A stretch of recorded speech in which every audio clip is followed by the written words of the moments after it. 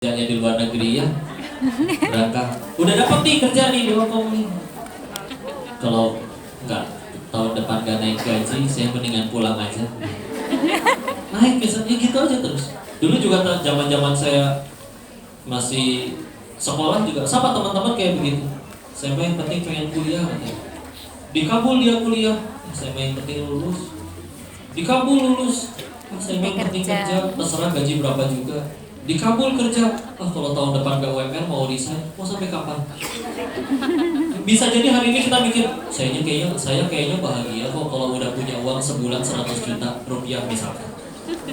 Tapi nanti ketika hari itu tercapai, nanti ada keinginan yang lain. Makanya kalau ada orang bilang pengen kaya dan dia melakukan segala hal apapun demi kaya, orang pengen kaya kan alasannya cuma satu. Kenapa? Karena belum pernah kaya. Ya, betul.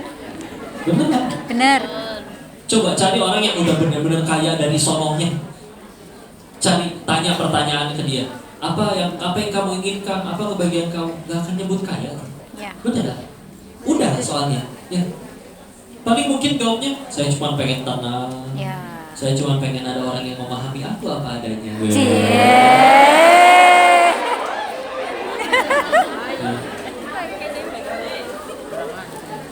Jadi ya beneran ya, saya mah nanti suami beliin gelang udah bahagia. Lihat tetangga gelangnya 5, kurang lagi ya.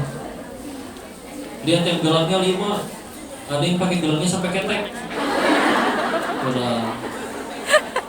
Yang sampai ketek gaulnya sama yang punya toko emas, kurang. Yang udah punya toko emas gaulnya sama yang punya tambang emas, kurang.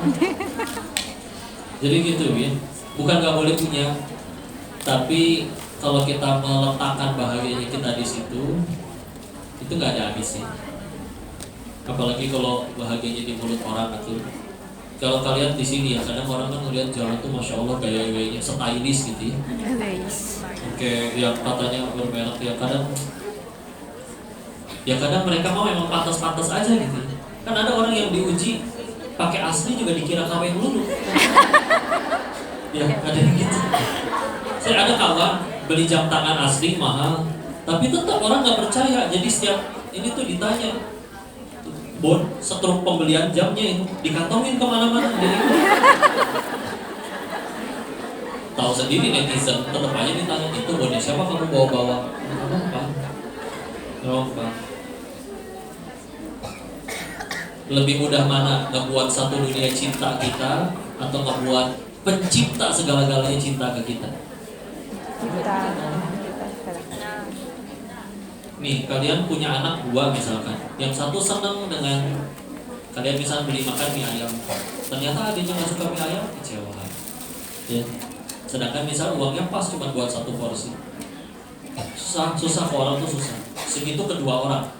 Apalagi ke miliaran orang. Gimana caranya bikin satu dunia cinta tuh gimana? Posting yang komen 199 memuji, yang satu mencaci, terus sampai kepikiran itu buat apa? Ya, alhamdulillah surga kita gak di mulut dia itu. Lebih gampang, ya sudah, buat saja satu pihak suka sama kita, tapi kalau satu pihak yang ini cinta sama kita, dia punya kuasa menjadikan siapapun yang ketemu urusan sama kita simpati sama kita. Ya udah ke Allah aja. Nah biasanya ada orang yang udah mulai paham kayak gini, itu perlu waktu. Tahu-tahu baru mulai sadarnya di umur 45 misalkan. Dia capek ternyata berusaha pengen nyenengin orang tuh, ya Allah. Gua punten gitu. Di sini misalkan alhamdulillah kan memang yang didapat insya Allah lebih besar daripada kalau kerja di Indo. Kadang kita udah pulang dengan mungkin membeli ini itu yang digaya, tapi kadang kalau itu tetangga kalau emang udah nggak suka, kita mau kayak gimana juga mereka nggak akan percaya, Mas. Betul? Betul. Akhirnya pakai yang mohon maaf handphone yang bobanya 3. Wes, keren. Langsung ular lambung. Kalau orang udah dengki, ini memang masalahnya di hati dia nih. Orangnya emang udah dengki. Ditanya, dapat dari mana? KW ya. ternyata kita betulan bawah, ini beneran stroke nih, ya Allah segitunya sampai di bawah-bawah. Tapi orang nggak percaya, dari mana? Menang judi online ya. Karena kan kalau ya Allah mulut orang tuh ya Allah ya. Enggak, terus kita mikir lagi coba. Ya Allah saya beli barang ini untuk supaya naikin kelas saya di hadapan orang. Tapi orang masih mikir, oh gini ya orang tuh ya Allah. Tahu nggak kisah ini dari ulama terdahulu tentang bapak sama anak bawa seekor keledai. Ini kan terkenal. Ya sudah, nah kamu naik ya nak. Perjalanan jauh, orang julid. Dasar anak gak tahu diri. Masa bapaknya disuruh jalan? Bapaknya naik, anaknya turun. Udah gitu, orang julid lagi. Tuh lihat tuh bapak, gak sayang apa sama anaknya, malah disuruh jalan. Iya pak, malah enak-enak kan naik keledai. Ya sudah, dua-duanya naik. Orang julid lagi. Dasar tidak berperi keledayan. Ya. Siksa itu ngangkut dua orang. Turun dua-duanya, orang julid lagi. Bodoh keledai ada bukan dinaikin. Masih mau mikirin mulut orang ya Allah. Kalau bentuknya mulut orang nasihat, saudaraku ayo sholat, nah itu kan beda. Tapi kalau kayak gituan mah aturan. Kadang yang repot di depan kita nih, iya. Kok kayak tiap hari tapi udah terus ya? Emang ibu percaya? Enggak. Pas di toilet sambil ngaca, iya juga ya. Cocok di serum mas. Cocok nih seru. Udah. Jadi kalau tiba-tiba, ya gitu. Ibu suka nggak dikasih uang 100 juta? Suka? Tapi palsu. Maksudnya apa? Ya kadang kita suka loh sama yang palsu-palsu. Ya contohnya ucapan orang gitu. Ibu, usianya berapa sih? Kok kayak awet muda? Kok besok aja aku 42 loh kok. Ih, kayak 41,5 loh bu. Kurang ajar. Maksudnya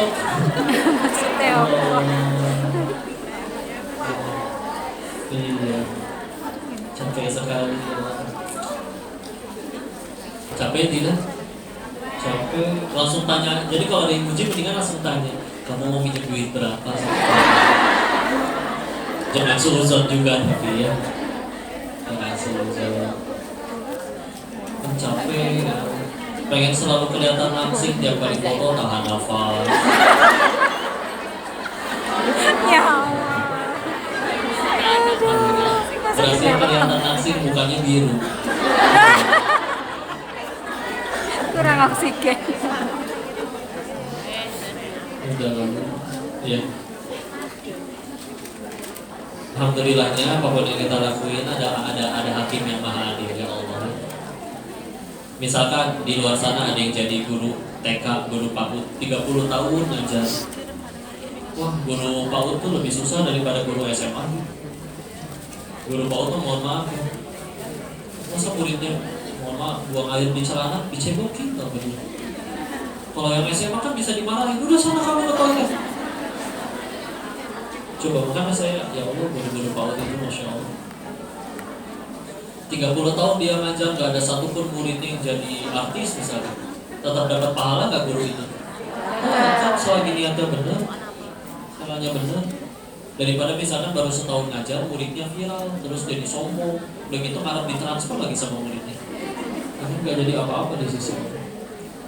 Kadang-kadang kau ingetin lagi udah nyampe sini di Hongkong, bahkan ada yang udah nyampe, ada yang ngobrol, ada yang bentar lagi udah 30 tahun, ada yang udah 29 tahun.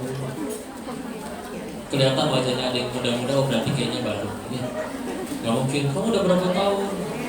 Umur berapa? Umur 21. Kerja di Hongkong berapa lama? Udah 18 tahun ya, oh berarti dari tahun antum kerja di sini. Dari PAUD. Katanya ini pelajaran, ada tukang kaos kaki, jualan kaos kaki ditanya berapa Pak? 10.000. Modalnya berapa? 8.000 rupiah ya, 8.000. Oh, untungnya cuma 2.000. Iya, tiba-tiba ada yang menghina.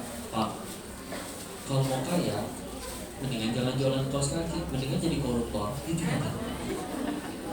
Bapaknya jawab luar biasa. Saya suksesnya bukan ketika jadi kaya, tapi ketika dagangan saya dipakai saudara saya sesama muslimah, nyempurnain untuk auratnya. Berhasil nanti dagangan saya. Dibilang kaya, ada orang yang Allah garisin kaya, gak jualan juga bisa kaya.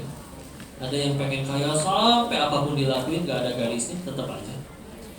Terus kan beberapa waktu yang lalu di Indonesia sih, kita tidak sebut nama ya, tapi sempat ramai ceritanya, merugikan negara sekitar 300 triliun. Jangan sebut nama, kita ngambil hikmah aja ya. Doain kalau ada yang kayak gitu tuh, mudah-mudahan dapat hidayah ya. Tapi di hukumnya hanya 6 tahun setengah. Dendanya cuma 1 miliar. Gue gak boleh tinggi 300 T itu berarti 300.000 miliar. 300.000 miliar. Dendanya cuma 1 miliar. Ibarat ibu punya duit 300.000 perak, dendanya 1 rupiah. Ya Allah. Atau kalau lebih mudah gampang, ibu punya duit 300 juta rupiah, dendanya 1.000 perak dendanya. Kan langsung banyak yang bikin video tuh kalau di Indonesia di TikTok ya. Saya juga mau dapat segitu, cuma 6,5 tahun nih saya siap ditangkap nih. Kita bahas ya, ngapunten. Emang dia yakin? Misalkan dia ini ya, yes, cuma 6,5 tahun, tabungan aku masih banyak. Nanti aku keluar, anak-anak udah siap biaya buat kuliah di London di mana. Kalau Allah gak ngizinin kita pakai duitnya, yakin maksud nanti malam masih hidup sekeluarga? Ya. Gak ada yang takut. Ini ibu juga di sini kajian. Yakin nanti nyampe sini pulang nyampe tempat tinggal? Belum tahu. Benar gak ada yang tahu kan? Iya. Dan ini renungan lain ya.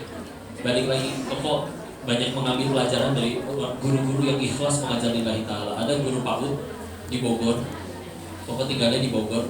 Dia gajinya sebulan cuma 250.000 perak rupiah ya.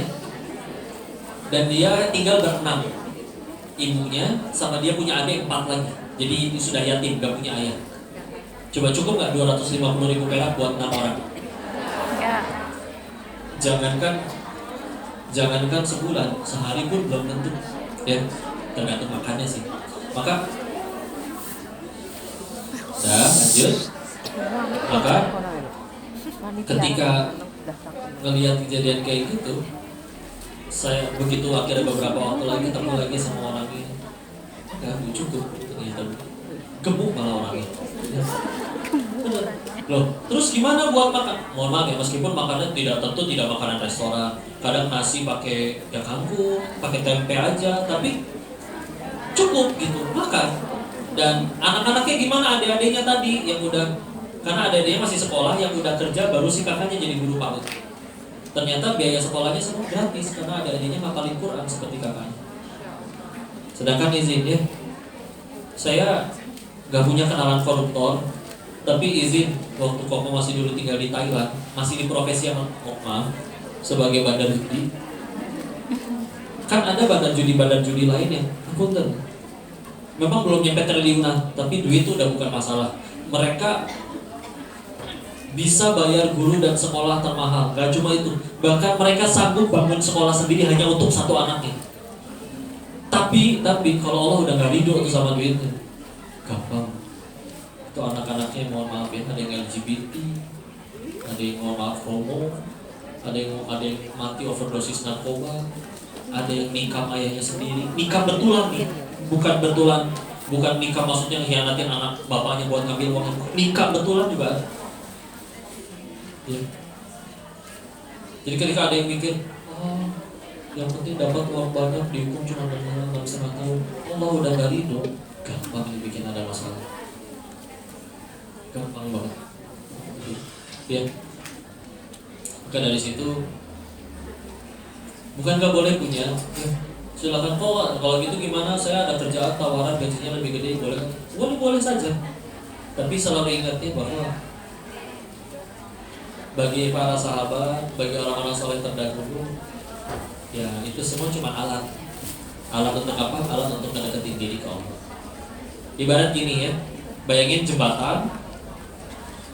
Di ujung jembatan kita tinggalnya di situ, lewatin rumah kita pulang harus lewatin jembatan. Pertanyaannya, ada nggak orang yang tinggal di jembatan yang jembatannya dikasih karpet empuk, lampu hias, pegangannya pun dari emas, lampu sorot, tanaman cantik, dikasih pengharu, tapi rumahnya bobrok, pintunya lepas, kacanya jebol, atapnya bolong, temboknya retak-retak.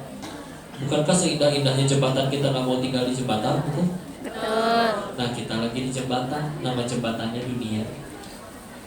Bukan nggak boleh punya, bukan. Tapi kalau kita menjadikan segala bahagia itu cuma di sini aja, pantesan stres ya. Karena kita sibuk membagus-bagus sesuatu yang pasti akan kita tinggalin. Kok tapi gimana? Ada orang yang mau kayak gimana pun dia tetap jadi kaya lagi. Seperti Abdurrahman bin Auf.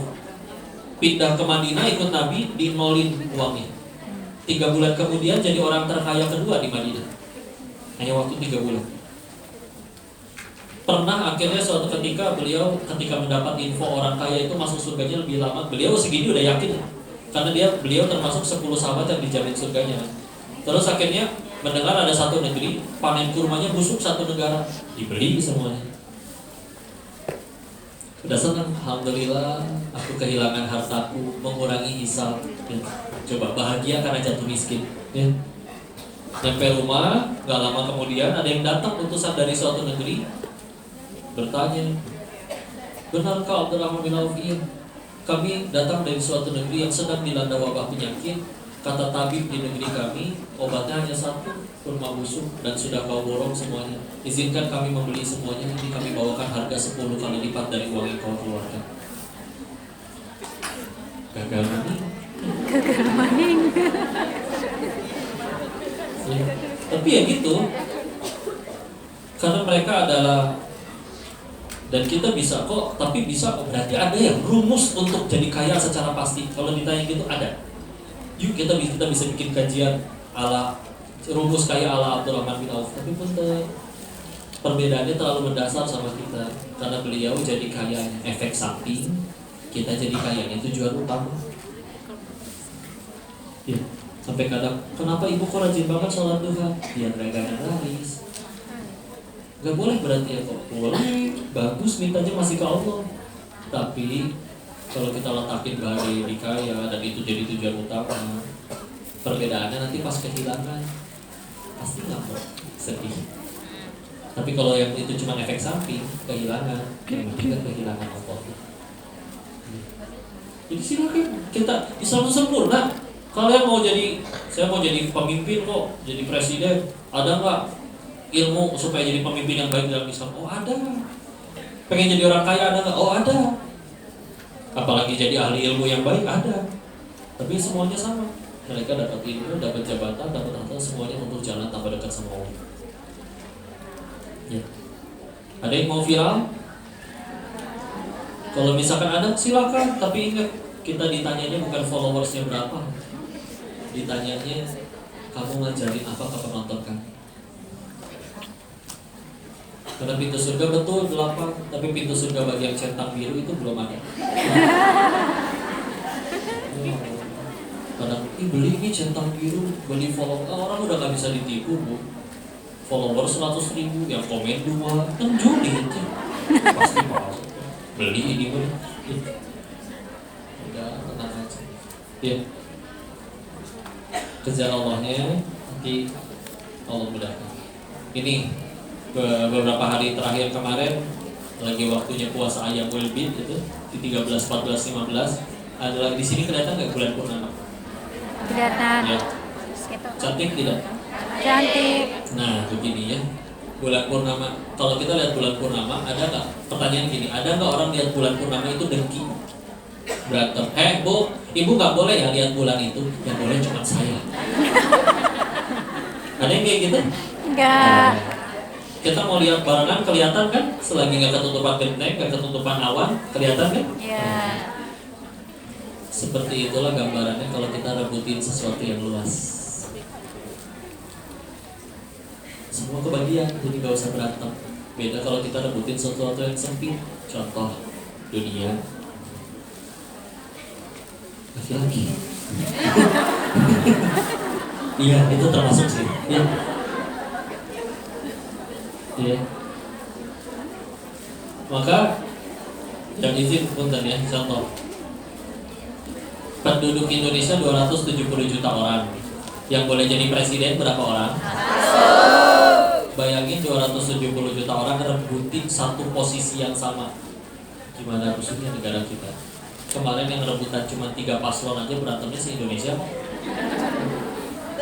Maka itu kan kalau rebutin sesuatu yang sempit. Kalau rebutin sesuatu yang luas, contoh 270 juta yang penduduk Indonesia semuanya pengen masuk surga, terus semuanya tahajud, semuanya sholat, semuanya zakat, semuanya puasa, semuanya akhlak mulia. Muat gak semuanya ke surga? Gak usah berantem kan? Nah kalau misalkan tahu-tahu kita baik-baik aja, tahu-tahu musuhan, berantem bertengkar, sederhana. Pasti ada dunia milik di antara kita. Nanti kalau kata Mbak yang tadi, ada lelaki milik di antara kita. Tertarik sama lawan jenisnya nggak apa-apa Bu. Ya. Tapi ini mah kok fakta dulu aja ya. Salah satu ciri kiamat itu, salah satu ciri akhir zaman itu nanti dari 50 kelahiran, 50-50-nya perempuan. Jadi nanti akan ada harinya laki-laki makin sedikit sampai 1 banding 50. Beneran? Siap-siap aja kalian nih para jomblo. Ya. Coba bayangin, perempuannya 50, lelakinya 1. Udah mau cuma 1, nggak sudah cewek lagi.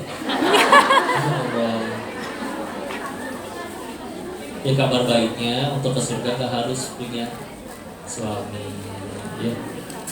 Ya gimana dong coba itu yang di Palestina masih kecil, boro-boro mikirin nikah, udah kena ledakan, bisa ke surga nggak? Bisa. Daripada punya suami yang penting kaya, tampan, ganteng, udah tua lagi, mungkin 2 tahun lagi meninggal. Warisan banyak, tapi ya bikin kita jadi jauh dari Allah. Nah. Jadi kita suka kepengen itu biasanya tadi satu, pengen kaya karena belum pernah kaya, atau kalau pengen apa ya karena belum pernah. Ya kalau entah ya kalau di film-film ya kan seolah dibikin indah kalau misalkan ternyata dapat pasangannya anak konglomerat gitu ya. Nah akhirnya suatu ketika ada satu kajian, ada yang cerita ya, kita tentu tidak sebutkan orang dan namanya. Dia jujur, ya dulu saya nggak suka sama dia, tapi biar gimana pun dia anak dari keluarga yang kaya sekali, ternyata yang tidak seindah yang dibayangkan juga ya. Karena sedikit banyaknya ketika ada perbedaan ekonomi yang segitu jauh, kadang yang mohon maaf ya agak rendahin, terus akhirnya ya ngeremehin. Sedangkan wanita kan punya hati, selalu dipahami, mengerti gitu. Terus setiap hari dia cuma pulang, kadang mohon maaf ada bekas lipstick di bajunya apa. Yang penting setiap dia tiap hari yang penting udah ngasih duit, dilemparin lagi ngasihnya ke mukanya kan. Nangis-nangis tuh cerita di kajian pas nanya. Dulu saya kira Sri Daya iya, naik BMW tapi nangis. Dapat mobilnya. Tapi ya sambil mikirin kelakuan ya Allah, ya begitu. Ke anak-anaknya juga. Nggak seindah yang dibayangkan ya. Jadi ya sudah. Bu. Misalkan punya anak tampan, kaya, cantik, viral, tajir melintir, tapi kalian diperlakukan seperti film azab Indosiar, mau? Nggak mau.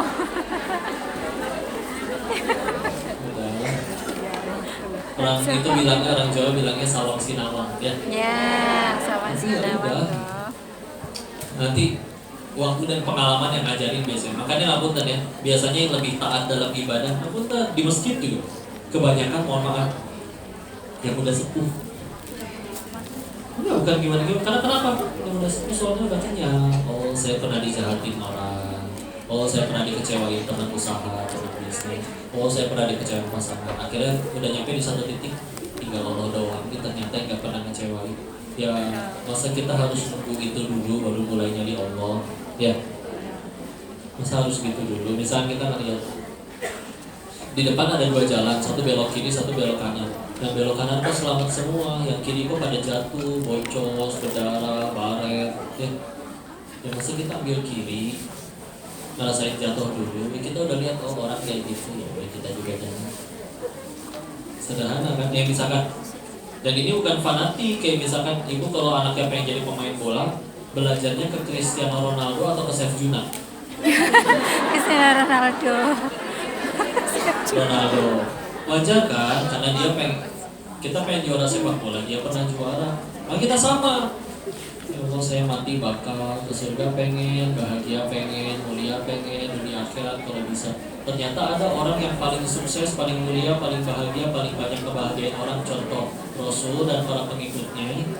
Ya ternyata mereka sholat, mereka taat. Ya tinggal ikutin jalannya kan. Ya itu sederhana. Ya. Iya? Ya. Insya Allah. Udah jaga sholatnya. Insya Allah. Ini dibaca ya. Kalau setiap malam, ini hadisnya Sahih, Bukhari, Muslim, Tirmidzi, Abu Daud ada. Jadi dan di Sono kan subuhnya lebih belakangan kan. Tadi aja ternyata saya cek subuhnya jam 5.40. Iya, iya. Iya. Iya. Berarti ibu masih bangun jam 5 masih boleh tahajud loh ibu. Iya. Coba di sini ada yang tinggal dari Surabaya, Jawa Timur. Oh, masya Allah itu bisa jam 4 pas udah azan. Iya. Bahkan kalau lagi awal banget bisa 3.45 udah Iya, azan. iya, setengah 4. Di sini jam 5.40. Bangun jam 5 sisa tahajud coba di Surabaya. Bangun jam 5, oh udah terang. Nah, ada Nabi pernah bilang kayak begini. Ini di hadis sahih ya. Barang siapa terjaga di malam hari, lalu dia membaca La ilaha illallah wahdahu la syarikalah lahul mulku wa lahul hamdu wa huwa ala kulli syai'in qadir. Ada riwayat yang pakai yuhyi wa yumiit, tapi lebih banyak hadisnya yang tanpa pakai. Jadi kita ambil yang lebih banyak aja, lebih singkat juga kan. Ulangi, la ilaha illallah wahdahu la syarikalah lahul mulku wa lahul hamdu wa huwa ala kulli syai'in qadir. Tambahin alhamdulillah wa subhanallah wa la ilaha illallah wallahu akbar wa la haula wa la quwata illa billah. Tanpa aliyil azim, di hadis yang itu cuma wa la haula wa la quwata illa billah doang. Terus ditutup dengan Allahumma firli. Ya. Lagi sekali lagi. La ilaha illallah wahdahu la syarikalah lahul mulku wa lahul hamdu wa huwa ala kulli syai'in qadir. Alhamdulillah wa subhanallah wa la ilaha illallah wallahu akbar wa la haula wa la quwwata illa billah. Allahumma firli. Kok itu alhamdulillah dulu baru subhanallah? Ada hadis yang pakai subhanallah dulu ada. Cuma kalau ngambil yang lebih kuat, yang di Bukhari dan Muslim pakai alhamdulillah dulu. Ya. Jadi silakan sih kalau mau pakai yang subhanallah dulu, tapi dibaca. Kenapa memang kalau baca itu kalau misalkan kebangun 2:30 mau pipis, ya, atau kegigit nyamuk atau digigit singa mungkin barangkali biara singa ya. Terus barang siapa dia berdoa, Allah kabulkan doanya. Barang siapa dia wudhu dan sholat, Allah terima sholatnya.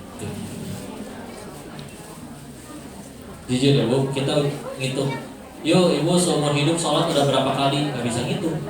Tapi kalau pertanyaannya diganti, jawab Bu, yang mana sholat ibu yang yakin diterima sama Allah? Apalagi sholat kita kayak tadi lupa rakaat dulu. Andalannya kuliah pun. Tapi ternyata tadi Allah bangun, baca tadi, ambil wudhu, sholat, Allah terima sholat. Meskipun capek ya Allah ngantuk, besok udah kerja lagi. Yuk paksain bismillah 2 rakaat sambil beriman ya Allah, tambah beriman kepada hadis sahih, kepada sabda Rasul, terima sholatku ini ya Allah. Kalau sudah diterima gini, kalau manusia kita bawa 1000 kebaikan bisa hilang gara-gara satu kesalahan kita ya. Kalau Allah kita bawa 1000 kesalahan, ada satu aja yang Allah terima. Allah punya kuasa mengampuni 1000 salah yang lain. Pertanyaannya gimana biar keterima? Ya, sih. Walaupun subuhnya gampang, apalagi nanti Ramadan pasti bangun sahur juga. Nah jangan cuma makan doang, tapi juga sempetin 2 rakaat aja nggak apa-apa. Lama-lama nambah jadi 4, lama-lama jadi 8 rakaat. Boleh kok bebas ya, kok saya belum hafal surat yang panjang-panjang. Ya hafal dulu, silakan. Silakan. Kok nggak ada apa lagi benar-benar kuliah puluh doang. Ya udah 4 kali sholat kuliah puluh aja terus. Yang penting sholat. Sholat, bismillah. Ya. Dan ini bulan Rajab, bulan haram, maka dilipat gandakan. Maka di ayat yang lain bacaan yang tadi juga la ilaha illallah wahdahu la syarikalah lahul mulku wa lahul hamdu wa huwa ala kulli syai'in qadir. Yang ini cukup nyampe situ. Maka kata Nabi Rasulullah SAW bersabda yang maknanya tidak ada yang pahalanya melebihi orang lain selain yang dia baca lebih dari 100 kali. Misalkan di hari ini di sini nih ada yang mungkin berbuat baik, nolongin orang gotong barang, nolongin nenek-neneknya pulang, semua berbuat kebaikan. Pahalanya tidak ada yang lebih besar daripada yang baca itu 100 kali, yang ngalahin cuma yang baca lebih dari 100. Jadi kadang daripada diam sambil nunggu nyebrang, nunggu lampu hijau,